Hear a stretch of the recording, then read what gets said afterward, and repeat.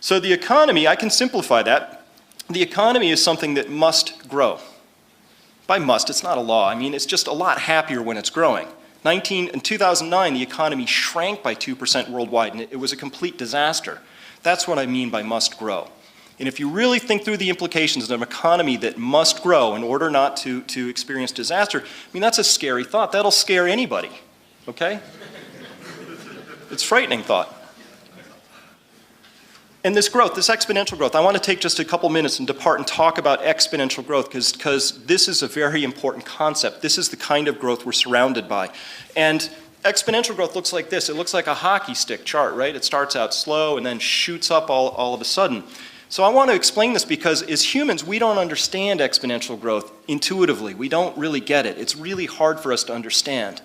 Linear growth we get easily. So here's an example. If I gave you two erasers and I said I'm going to score you on how well you're able to bring these together at a uniform rate, you'll do really well, just like everybody. But if I replace these erasers with two very strong magnets, you'll do what everybody does and you'll be really good up to about here, and then, oh, I'll give you 100 times to figure that out and your brain can't wire it up.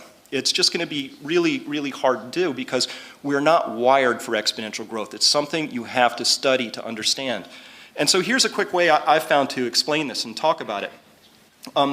So imagine for the moment that I have a magic eyedropper, and it's magic because when I put this drop of water out into your hand, it's going to double every minute.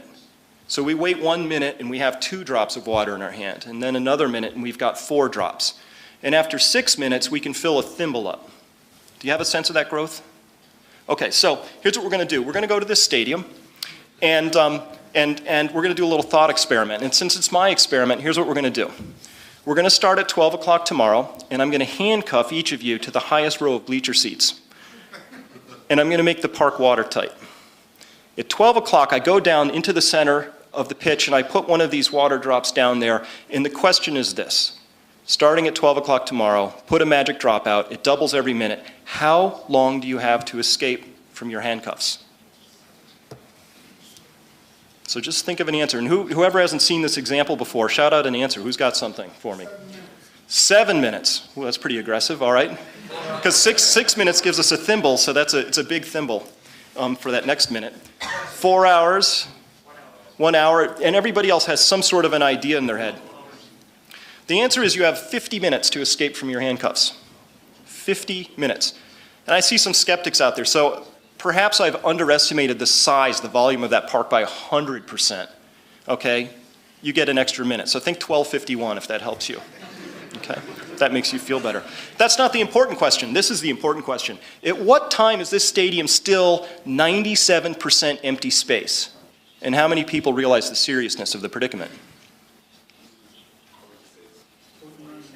5 minutes before, it is still 97% empty space. So imagine this. All of human history from the first Australopithecus 3 million years ago to 1960 to put 3 billion people on the face of the planet. 40 more years to put the next 3 billion people on the planet. 11 years for the next 1 billion. We are now at 7 billion inhabitants on this planet. So you have 45 minutes, nothing's really happening. Last 5 minutes, it all seems to happen. That's the nature of exponential charts when you have something limited, like you've got a fixed size of the planet or a fixed stadium or anything that's fixed. Things go slowly at first and they speed up at the end.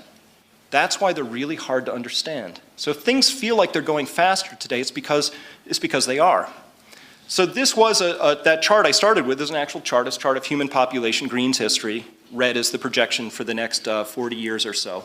And this is the world we live in. It's a very different world from the one even my grandfather was inhabiting. So let me just skip past that part. Oil. Oil production follows a pattern. Again, it's not a linear chart. It's a chart that looks like this. Looks like a hockey stick. And this is actual production. And so the reason that this is interesting to us is because oil is the master resource. Oil is how we move 95% of everything from point A to point B. If we don't have oil, almost everything else in our global just-in-time delivery economy becomes an impossibility, because it's no longer just in time, it's just a lot slower in time. And this chart is really interesting because we have a lot of data that suggests we know where the cap is on this stadium. We have an idea, a very fixed idea at this point, about how big our stadium for oil really is, how much we've got. And you'll notice that we are no longer at that flat, early 97% part of this story. We are very close to the last 5 minutes of this story. And I want to get to some of that data in a minute. But here's the idea. You are surrounded by exponential charts. They're everywhere. Not linear charts, but ones that have these curves to them. And so understanding that that's the nature of the world we live in is a really important concept. And it's a concept that happens to define the world in which we live. And I could put other things. These are some environmental curves. But I could put up number of paper clips sold, or miles of road paved, or number of airplanes sold. It wouldn't matter. They would all look the same. And so it's really important to understand that we live in a world surrounded by these sorts of charts. And because they're everywhere, and I could pull examples from all three E's, the real thing that I want to leave you with is the concept that when you live in an exponential world, you live in a world where things speed up towards the end. Things go very, very rapidly at the last few minutes of that story. It's not a linear story, and that's a really important concept for us. So by understanding that I'm surrounded by these exponential charts, it made the investing world for me just a little bit less confusing. And once I started to understand the role of energy in our current story, things became a little bit less confusing to me. And right now I want to make a definition here between two words, because I hear them a lot. Problems have solutions.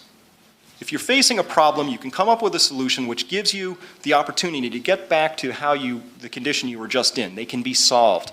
Predicaments have outcomes. We have to manage those outcomes. And knowing which you're in is really critically important, because if you are in a predicament but trying solutions out for which no solution exists, you're wasting time. And I will submit to you that my thesis is that we are facing an energy predicament and we're treating it as if it's a problem. And so, an example here, these two gentlemen have a problem on their hands. Apologies to any rock climbers, a very fake picture. But they can solve this problem in a number of ways. They could lower a rope, put a mattress down, but they can end up in the same condition they started in. This gentleman is facing a predicament. He has to manage an outcome. Is he going to land on his feet, or is he going to belly flop? But no matter how fast he pinwheels his arms backwards trying a solution out, he's not going back to the top of the cliff. Knowing whether you're in a problem or predicament is critical to the decisions you make and whether you're going to manage an outcome or waste time.